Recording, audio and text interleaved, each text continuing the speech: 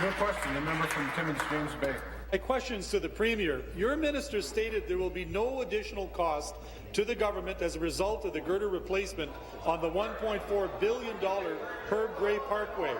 Your government correspondence says there may, in fact, be substantial costs billed to the government by the project company as a result of the delays in construction.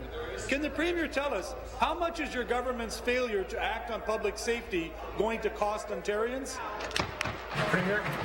So, Mr. Speaker, I know the Minister of Transportation will want to speak to the details, but what we need to make clear, Mr. Speaker, is that the costs for replacing the girders are being borne by the company, Mr. Speaker. They are not being borne by the taxpayers of Ontario, and that's because of the agreement that was in place. That's because of the contract that was in place, Mr. Speaker.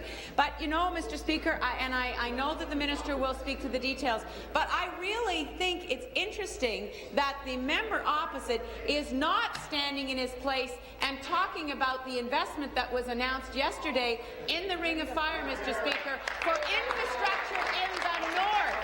I would have thought that the member from Timmins James Bay would have thought that that was a very good investment, Mr. Speaker, and he's silent on it. Answer. Thank you.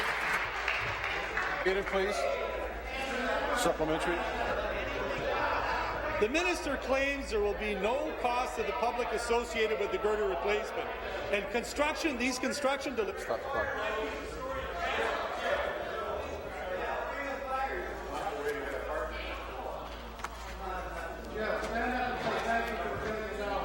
May a member of the Minister of Energy come to order, please? Start the clock.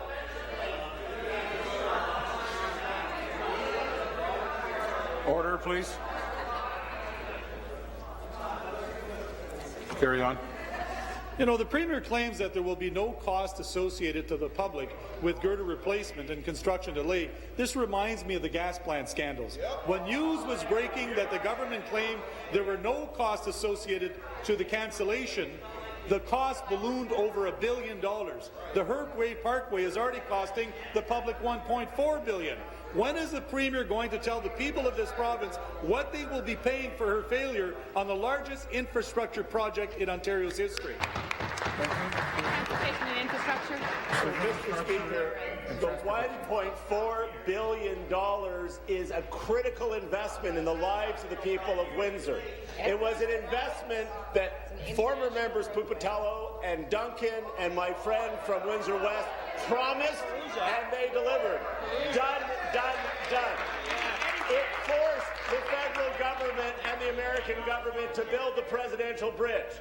This will create thousands of jobs and boost the Windsor economy.